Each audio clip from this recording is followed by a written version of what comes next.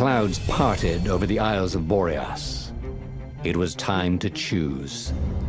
The rebellion was in trouble. Ravens were scouting for the secret rebel base. They needed a game changer. Pieces of the Sky Ripper had surfaced. Reynardo knew that using it could go catastrophically wrong, but he was sure he could figure out how to use it safely. Also, a temple had risen out of empty desert. The Iblis stone was hidden there. It was a dangerous artifact. It could corrupt its user into a bloodthirsty monster. Maybe he could find a way to use it, to take its power without surrendering to its wickedness. And also, his old friend Lapino needed rescuing. Of course, Reynardo had a pretty strong suspicion that Lapino had betrayed the rebellion, and he had a gut feeling that he needed to use that to his advantage.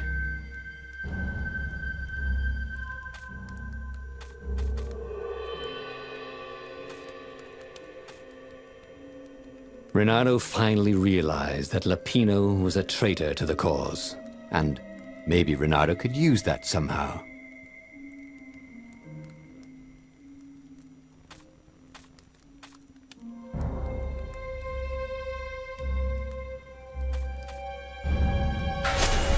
Ah, Lapino. Apparently, the Mad Rabbit had sold a Pegasus that he did not exactly own. Lapino always wiggled out of trouble, given time. But he was out of time. Lapino's frantic message said that the Ravens were going to kill him for being a rebel spy. And that he had a clever plan. If the fleet reached him first, they'd string him up for that. Never mind the winged horse. Or so Lapino had told him over the far speaker anyway.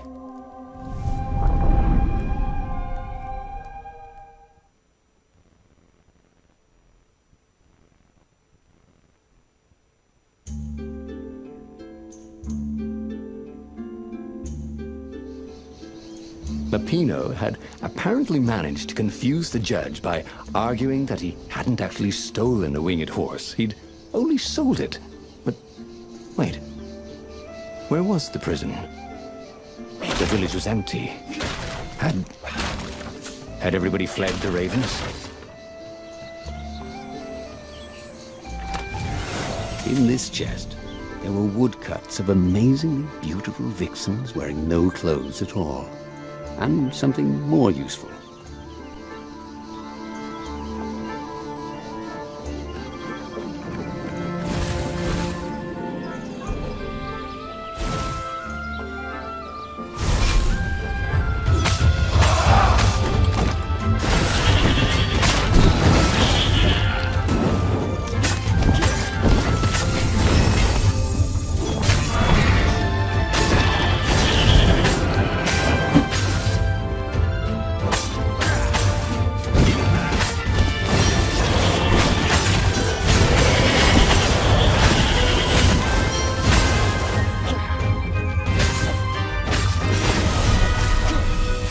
People were frightened these days. Just 2 weeks past, Reynardo had sneaked through an empty town and listened to the Ravens call about the Emperor's new taste in ritual sacrifice.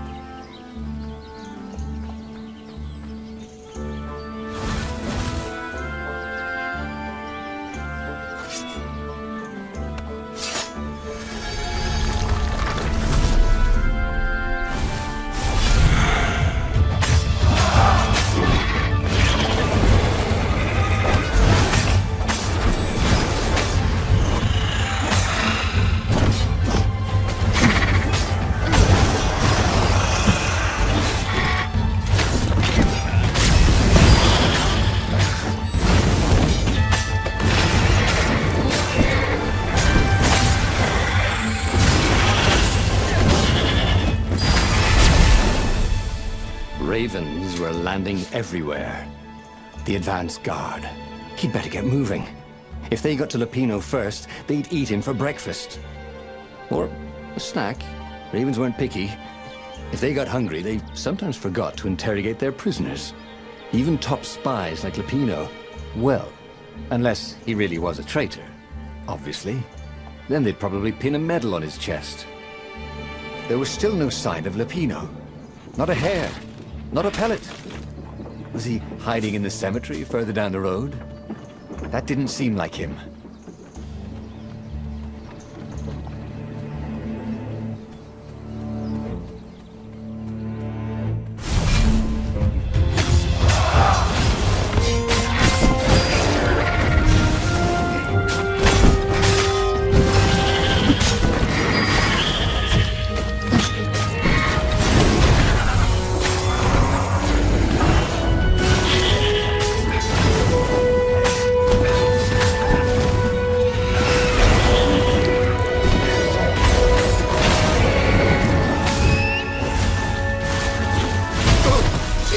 Bicycle!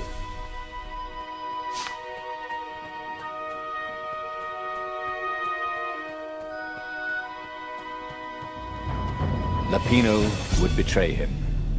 But now Reynardo knew that. What would Lupino do if he knew that Lupino was going to betray him? Well, he'd concoct some crazy scheme, wouldn't he? That used Lupino's betrayal against him and it would blow up in his face. Maybe he was overthinking this. Well, that would be a first.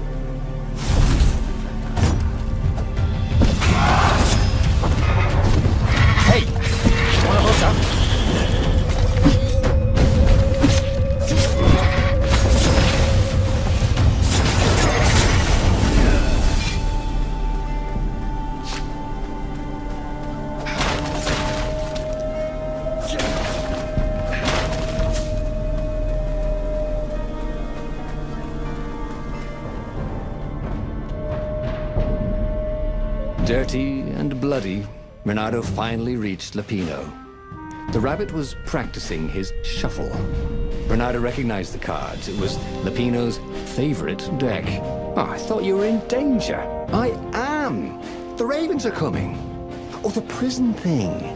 Right, yeah, we see this guard owed me 53 ducats, so we made a deal. They're very reasonable people, actually, for weasels. Now, I got a brilliant plan to kidnap Zenobia. We capture Zenobia, we find out what she knows, and that's the whole war right there. Easy peasy, lemon squeezy. Capture the Emperor's greatest general, who happened to also be a deadly sorcerer, and, oh, his only daughter? That would be worth it. And it would be nice to see her. He'd always had a soft spot for her. And he felt sure she had one for him. On the other hand, he could still get to the core of the Sky Ripper, even if he couldn't get the whole thing. It must have great power.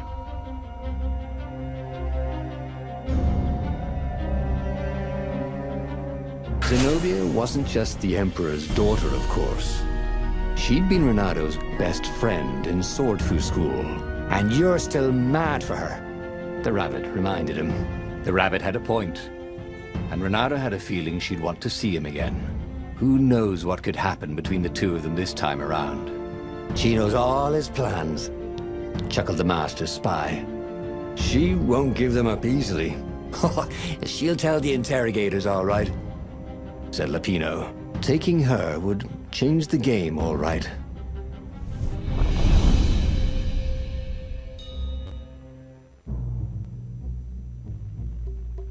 The city was already under Zenobia's control. I had to admire her efficiency. Reynardo shivered at the thought of Zenobia at the mercy of the interrogators. Could he really turn her over to them? But this was war. It wasn't meant to be pretty.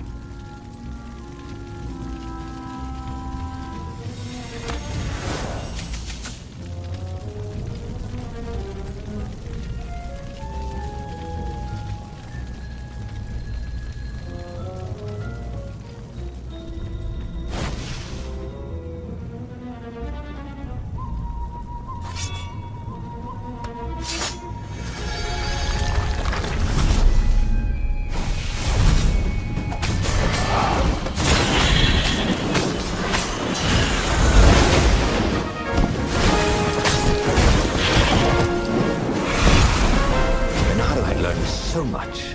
It was time to turn it into something he could use.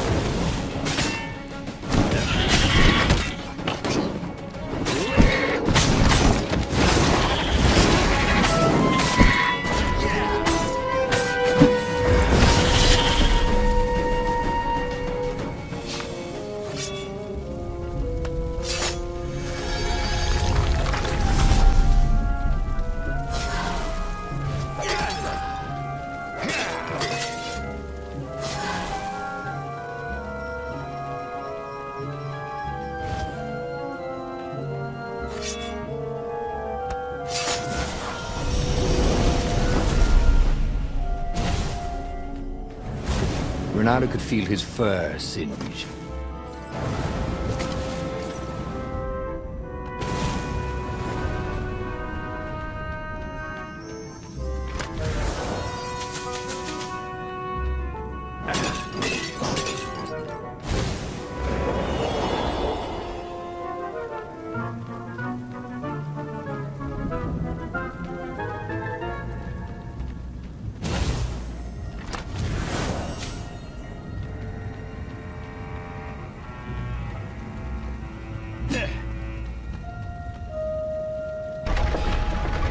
Why was Lupino urging him to capture Zenobia?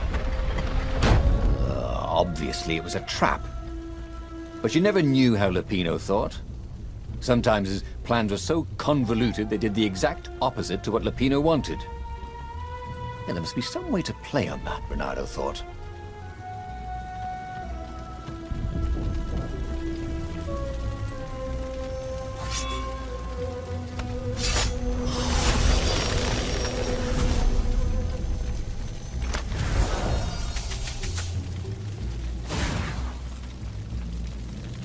The market. It was going to be full of gogglers, wasn't it? Oh, it would have been so much more fun before the war. When the worst thing that could happen to you was getting fleeced buying a rug.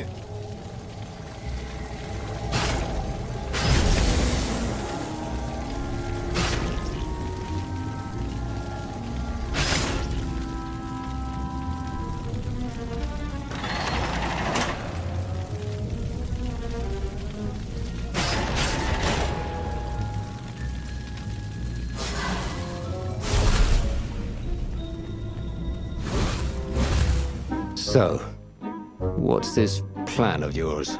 Use me as bait, said Lupino. And he outlined a slightly complicated plan that involved geese, a net, setting the Farfarer a little bit on fire, Lupino dressing as an old blind toad, and Reynardo hiding inside a monstrous watermelon. What could possibly go wrong? Thought Reynardo.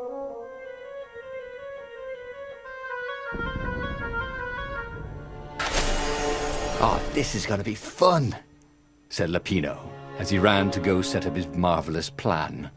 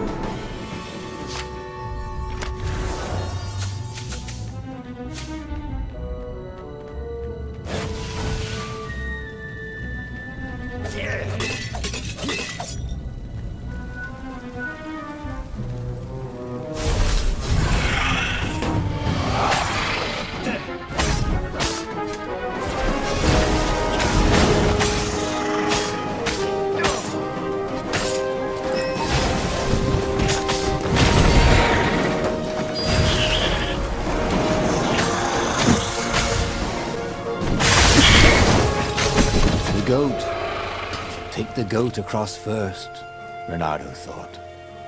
But it was too late.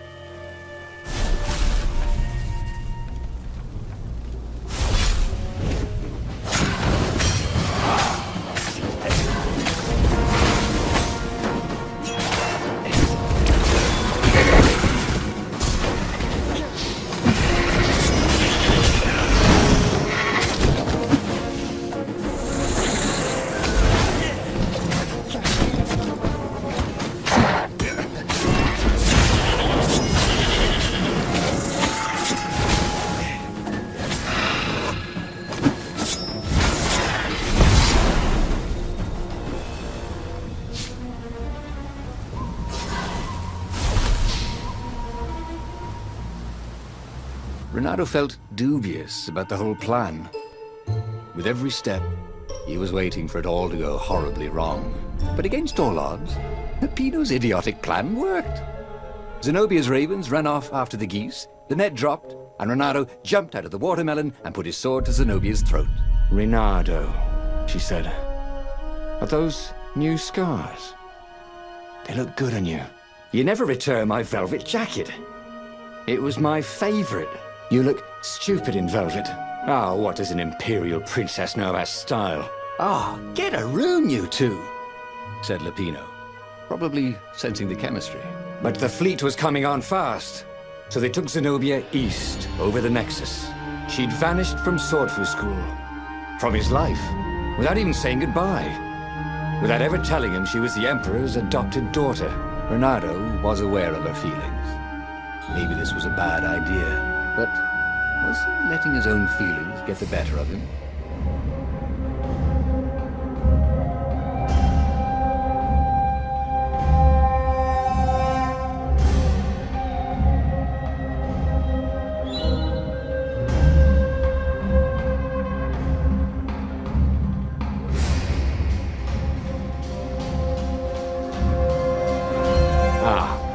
Lupino was right, Reynardo thought reluctantly. She knows things. She recognized his look. You're taking me to the interrogators, aren't you? She said, wide-eyed. And then she jumped, with horror. Reynardo saw Zenobia plummeting. Then he saw the Nexus below them. Cats always land on their feet. Ah, she'll head for the Imperial outpost, yelled Lupino. You have to catch her.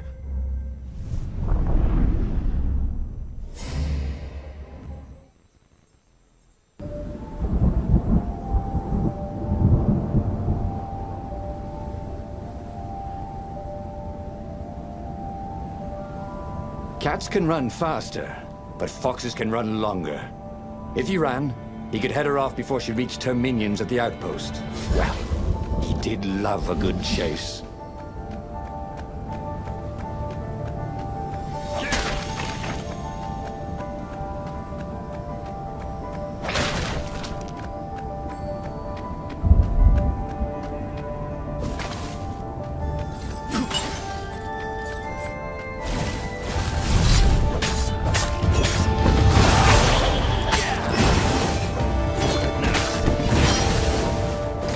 you brushed. Oh.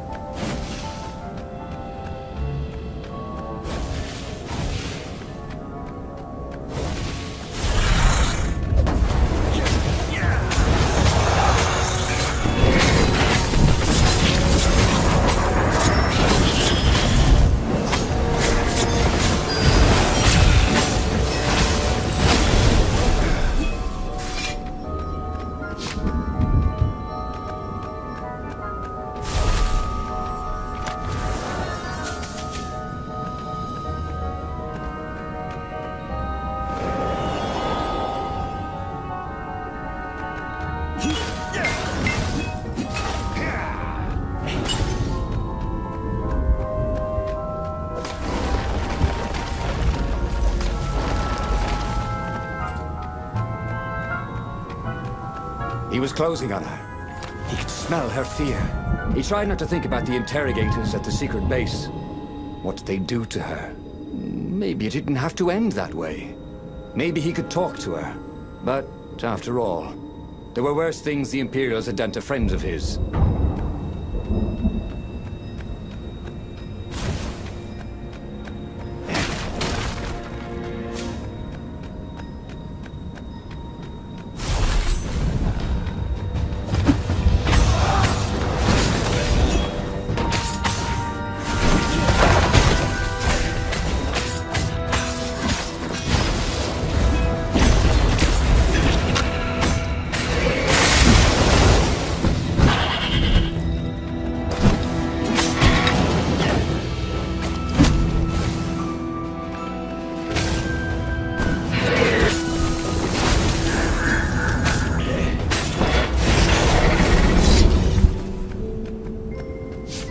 Reynardo reached the outpost.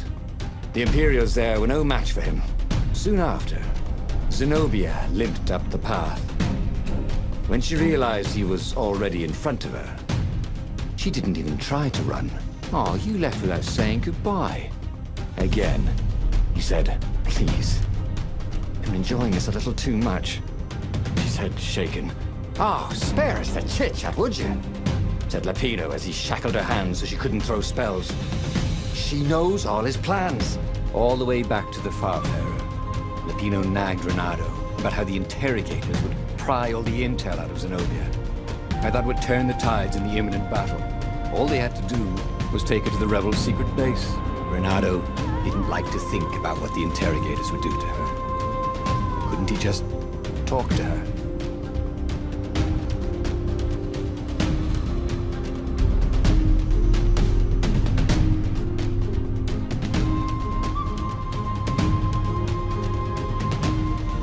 As they reached the ruins, Reynardo could see ravens everywhere, searching for the rebel base. They'd have to hide the Farfarer or go on foot. "What if we get separated?" asked Lapino, for once thinking ahead. "I'll throw you out to the base," Reynardo told Lapino. "Reynardo, don't do this," said Zenobia. "We were friends once. We..." "Shut it, witch, or I'll shackle your mouth too," said Lapino. See? Reynardo thought. There was no way Lapino was working for the Empire. He really hated Zenobia. And then, a few moments later, they touched down.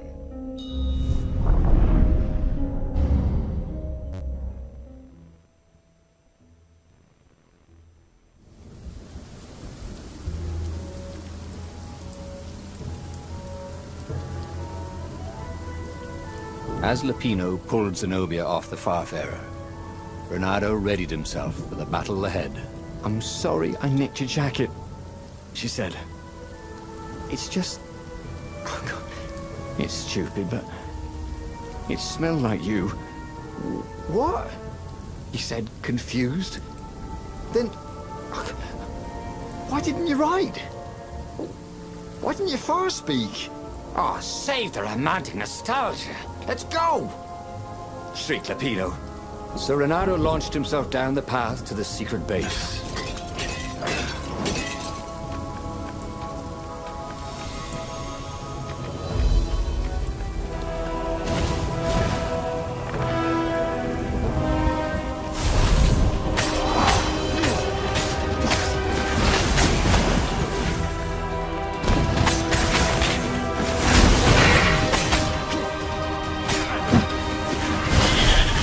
Reynardo wondered how much Hypatia had known about the book she protected.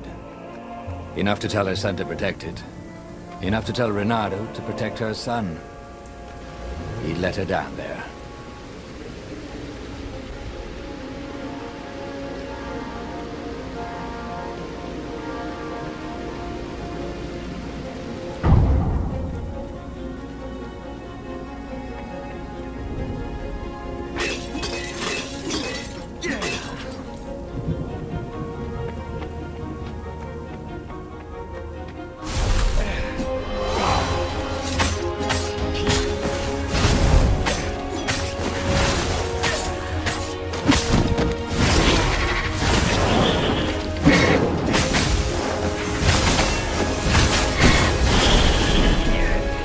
Reynardo was walking Zenobia to the rebel secret base, where she would be interrogated.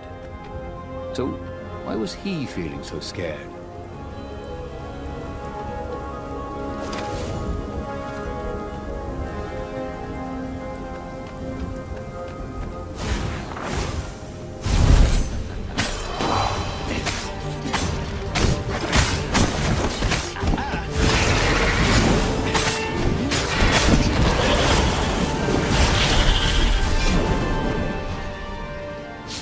They caught their breath.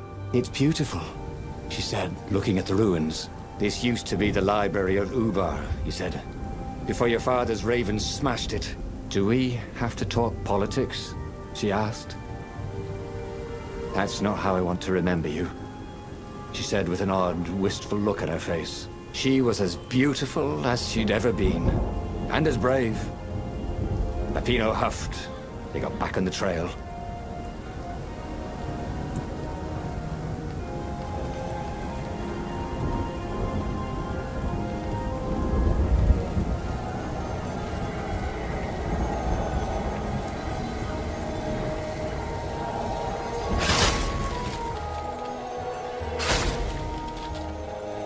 When I build my castle, thought Reynardo, all my gates are going to open with buttons, and all the levers will drop rocks at your head.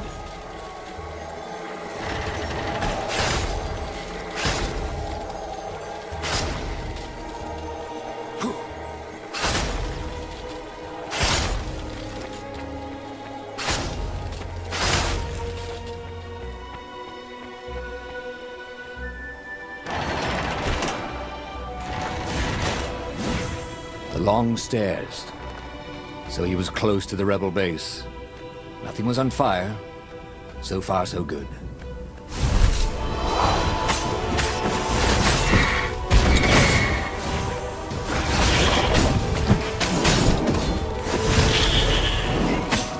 Whoa, personal space.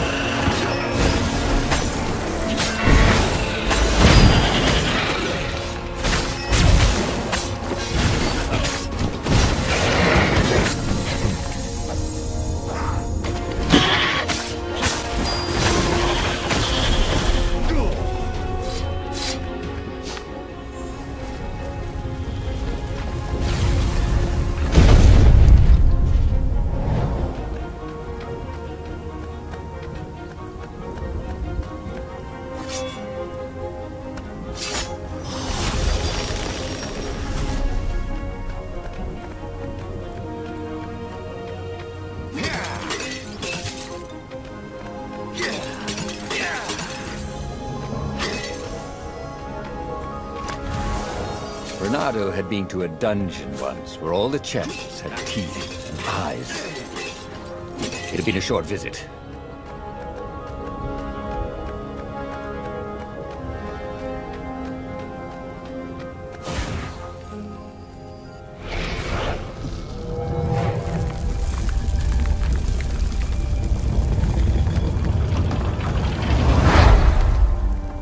As they made their way to the secret rebel base, Reynardo felt strange. Zenobia was his prisoner, yet somehow she felt more like an old friend.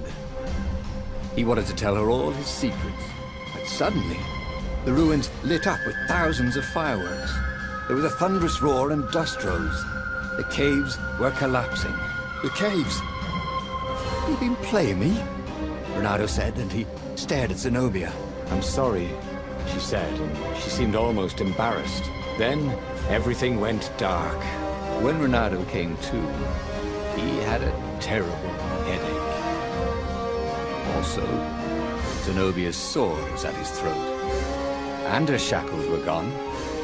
So was Lupino. "The terrible thing is," he said, "I really have missed you. Now that we've destroyed the rebellion, would you consider becoming an advisor to the Emperor's daughter?" "I'm no one's servant. Everybody serves. Even if it's only destiny. I like to choose my own destinies," he said. "The whole point of a destiny is you can't choose." "Oh, never mind," she said. "Look, if I see you again, I'll have to kill you." He watched her ship soar away. He would see her again, he decided, even if he had to fight his way across the entire fleet.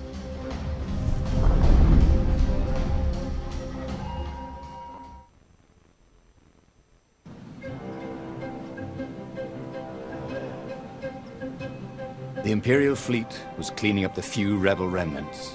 For only a moment, he thought about running. But heroes don't run, even when the world is against them.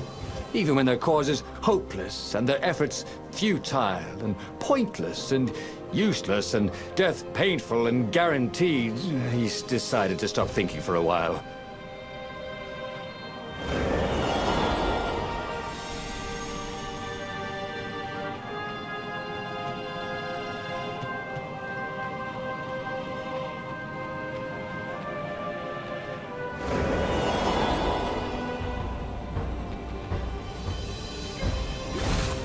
The portal was heavily guarded. It must go someplace they really didn't want him to go.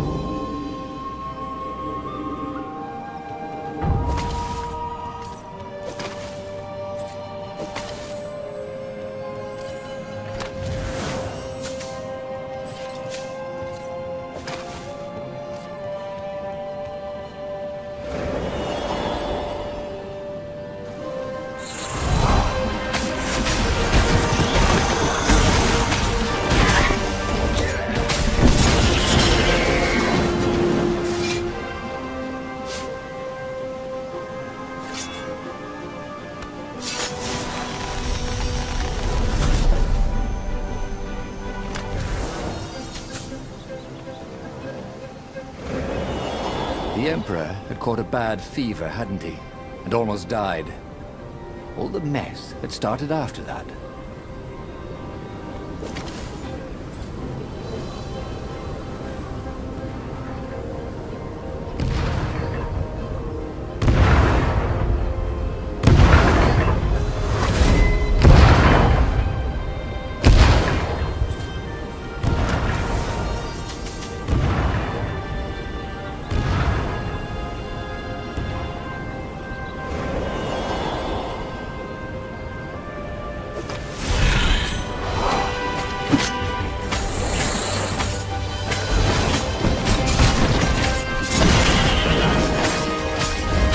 Stay there. I'll get the marshmallows.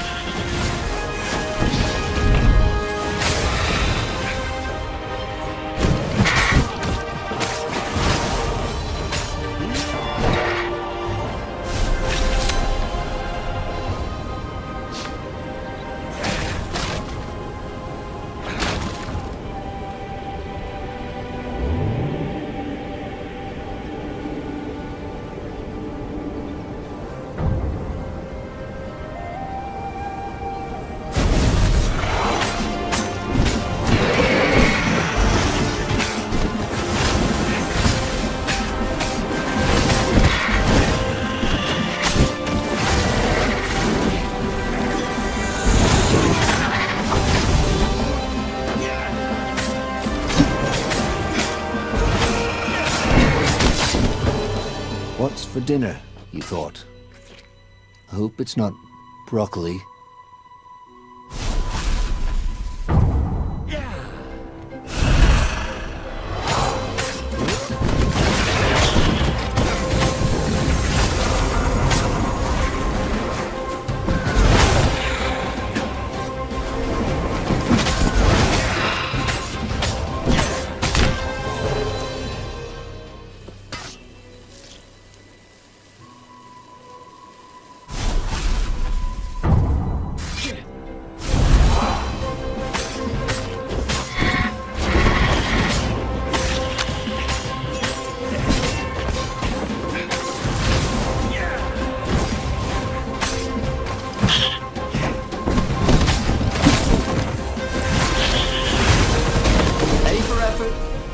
For dead.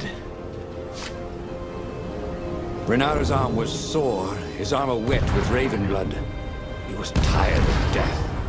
But death was not yet tired of him. The rebels were losing. Badly. In some other universe, Reynardo thought, he and Zenobia had left sword-fu school together, taken other names, sailed off into the mists. But not this Zenobia. And not him. For him, there was nothing to do but forge ahead. Kill the Emperor and end this.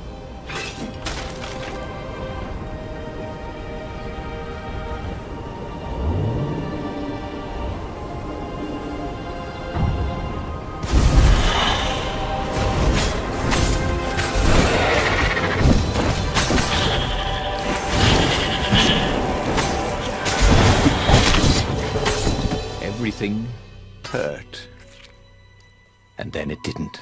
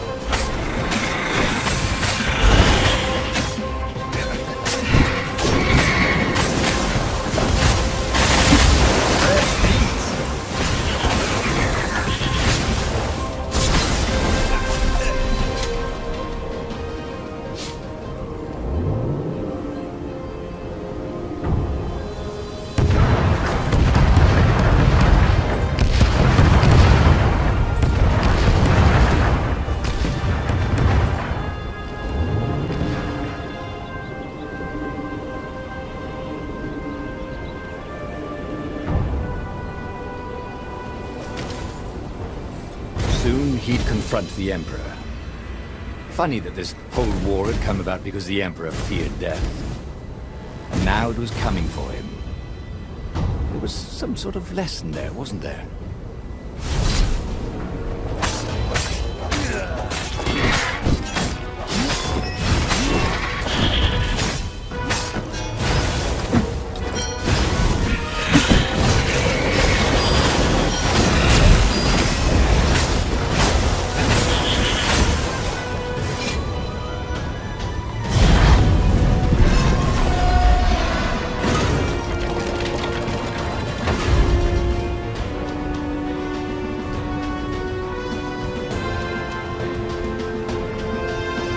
At last, he reached the Emperor's ship.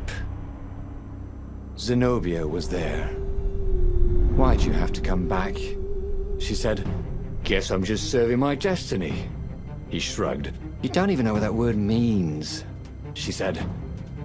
"Do you ever wonder if things have been different all the time?" she said, and drew her sword. In the end, Reynardo lay bleeding out on the deck. Zenobia sat by his side, upset. "What are you so upset about?" he asked. "You wouldn't understand. Why didn't you tell me you were going to leave school? I was afraid you'd convince me not to." "I guess I'll have to buy you a drink in the halls of the Valiant then," he told her. And then he was gone.